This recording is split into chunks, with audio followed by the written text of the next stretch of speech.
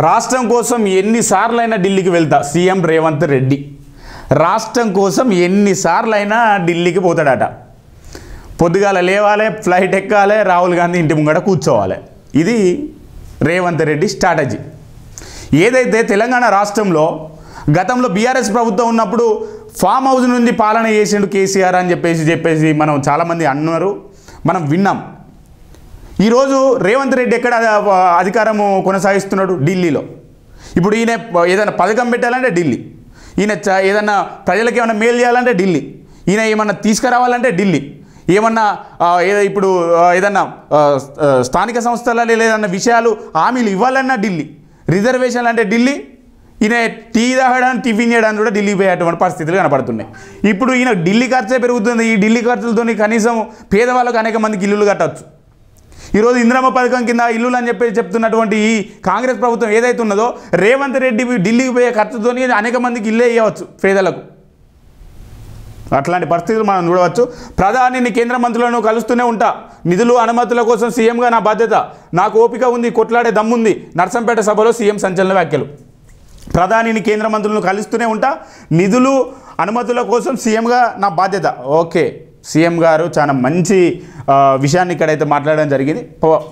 పదవుల కోసము ఏదైతే నిధుల కోసం అనుమతుల కోసం కలిస్తే తప్పు లేదు, కానీ మీరు రాజకీయ ఒప్పందాల కోసం కలుస్తున్నారని చెప్పేసి కూడా బీఆర్ఎస్ ఆరోపిస్తున్నది. వాటిపైన కూడా స్పందించి మీరు కొంత అసలు ఎందుకు కలుస్తున్నారు అని చెప్పేసి మీరు చెప్పినప్పటికీ కూడా మీరు బీజేపీతోనే అంతర్గత రాజకీయం చేస్తున్నారు అని చెప్పేసి కూడా చెప్తున్నటువంటి నేపథ్యాలు మనం చూడవచ్చు.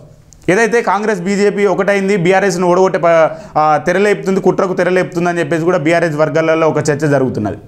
మీరు దానికి కూడా సమాధానం ఇవ్వాలి. ఈరోజు బీజేపీ పార్టీని తెలంగాణలో రేపు కాంగ్రెస్ తర్వాత బీజేపీ అన్న ఉండాలి, కానీ బీఆర్ఎస్ ఉండద్దని చెప్పేసి కూడా ఈరోజు కక్ష కట్టిందని చెప్పేసి బీఆర్ఎస్ నేతలు అయితే ఆరోపిస్తున్నారు. సరే, ఏదేమైనా ప్రజల నిర్ణయం అది. ఏ పార్టీని ఉంచాలా, ఏ పార్టీని తీసేయాలా, కాంగ్రెస్ని పెట్టాలా, బీఆర్ఎస్ని పెట్టాలా, బీజేపీని పెట్టాలా అనేది ప్రజలు నిర్ణయించుకుంటారు, ప్రజల ఆలోచన కావచ్చు. కానీ మీరు నిధులు తీసుకురావాలి ఖచ్చితంగా. మీరు ఢిల్లీకి పోయి ఆడ కూర్చొని 4 ముచ్చట్లు నీ పార్టీ గురించి వాళ్ళ పార్టీ గురించి చెప్పడం కాకుండా ప్రజలకు ఏం జరుగుతున్నది, ప్రజలకు ఎంత మేలు జరుగుతున్నది, కాంగ్రెస్ తీసుకొచ్చుకున్నటువంటి పథకాలు ఏంది, ఢిల్లీ నుంచి ఎంత కావాలి, మనం ఢిల్లీకి ఇప్పుడు మనం చూసుకున్నట్టయితే మనం ఢిల్లీకి పే చేసిన ట్యాక్స్ ఎక్కువ ఉన్నది. వాళ్ళు అక్కడ ఏదైతే కేంద్రం నుంచి మనకు వచ్చింది కాకుండా మనం కేంద్రాన్ని పంపింది ఎక్కువ ఉన్నది. తెలంగాణ రాష్ట్రంలో పన్నులు అని చెప్పేసి నడ్డి విరుచుకుంటా తెలంగాణ ప్రజలది. అనేక విషయాలలో పెట్రోల్ కావచ్చు, గ్యాస్లో కావచ్చు, ఈ ఇతర అంశాలపైన అనేక విషయాలలో మన దగ్గర పన్నుల దాంట్లో వసూలు చేస్తూ కేంద్రానికి 4 లక్షల కోట్ల పైగా కట్టినటువంటి సందర్భాలు మనం చూడవచ్చు. పన్నుల విషయంలో అక్కడ నుండి రావాల్సింది తక్కువ, పోవాల్సింది ఎక్కువ ఉంటున్నాయి. మరి వాటిపైన కూడా మీరు మోదీ గారితో చర్చించాలి. సార్, మీరు మాకు ఇత్తలేరు కానీ మా దగ్గర నుంచి అయితే దోసుకుంటారు, మరి మీరు దానిపైన కూడా ఆలోచించండి, మాకు ఖచ్చితంగా ఇవ్వండి, మా పిల్లలకు భవిష్యత్తులో మంచి ఉద్యోగాలు కావాలి, మా తెలంగాణలో మేము నీళ్లు నిధులు నియామకాలు అని చెప్పేసి ఒక నినాదంతో వచ్చినటువంటి తెలంగాణలో ఈరోజు నీళ్ళ దగ్గర అవినీతి జరుగుతున్నది, నిధుల దగ్గర అవినీతి జరుగుతున్నది, నియామకాలు లేకనే పోతున్నాయి అని చెప్పేసి కూడా మీరు బీజేపీకి చెప్పాలి. ఖచ్చితంగా ఏదైతే ఉన్నదో తీసుకొని రావాలి. ఢిల్లీ పర్యటనలో ప్రధాని మోదీ కేంద్ర మంత్రులు కలవడంపై ప్రతిపక్ష బీఆర్ఎస్ చేస్తున్న విమర్శలు సీఎం రేవంత్ రెడ్డి గట్టిగా తిప్పికొట్టారు.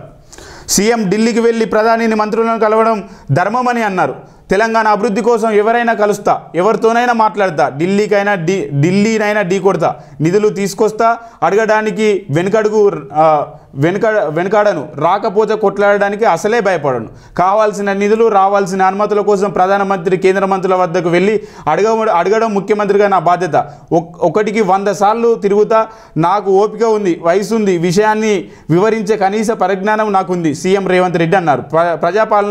ప్రజా విజయోత్సవ కార్యక్రమంలో అయితే ఆయన చెప్పడం అయితే మనం చూడవచ్చు. ఏదైతే ఒక్కసారి కాదు, ఇక్కడ చూద్దాం, 100 సార్లు అయినా తిరుగుతాడట రేవంత్ రెడ్డి గారు. 100 సార్లు అయినా తిరుగుతారు. మీరు 100 కాదు 1000 సార్లు తిరగండి సార్.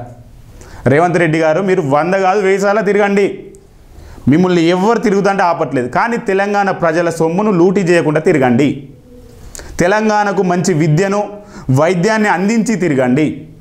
తెలంగాణలో నిరుపేదలైన వారికి ఇందిరమ్మ ఇల్లులో లేకుంటే వాళ్ళకు కావాల్సినటువంటి ఈ రేషన్ కార్డులు కావచ్చు, కొత్త పెన్షన్లు కావచ్చు, అనేక ఇతర అంశాలు అవన్నిటినీ వాళ్ళకు సమకూర్చినాక తిరగండి. తెలంగాణలో ఉద్యోగాలు ఇస్తామని చెప్పేసి ఏదైతే అశోక్ నగర్లో మీరు చెప్పినటువంటి కొన్ని మాటలు ఉన్నాయో వాటిని నెరవేర్చినాక తిరగండి. ఈరోజు రాజకీయాల కోసము మీ ప్రయోజనాల కోసము నేను 100 సార్లు అయినా తిరుగుతా అంటే మీరు 100 సార్లు తిరిగితే మీరు 1000 సార్లు తిరిగితే ఎవరు ప్రశ్నించారు సార్? మీరు ఖచ్చితంగా రేవంత్ రెడ్డి గారు గుర్తుపెట్టుకోవాలి, ప్రజల కోసం 100 సార్లు కాదు 1000 సార్లు అయినా తిరుగుతా అన్నారు. ఓకే, మంచిదే, మీ నిర్ణయం మంచిదే కావచ్చు, కానీ ప్రజలకు మీరు 100 సార్లు తిరిగి తీసుకొచ్చింది ఏంటనేది కూడా మీరు చెప్పాలని చెప్పేసి కూడా కోరుకోవడం జరుగుతున్నది. మీరు 100 కాదు 1000 సార్లు తిరిగినా మీరు 1000 సార్లు తిరిగి ఎంత పట్టుకొచ్చిందో మీ తిరగడానికి ఎంత ఖర్చు అయింది కూడా ప్రజల ముందు లెక్క పెట్టాలి. ఆ లెక్కను ప్రజలందరికీ చూపెట్టాలని చెప్పేసి కూడా డిమాండ్ చేయడం జరుగుతున్నది.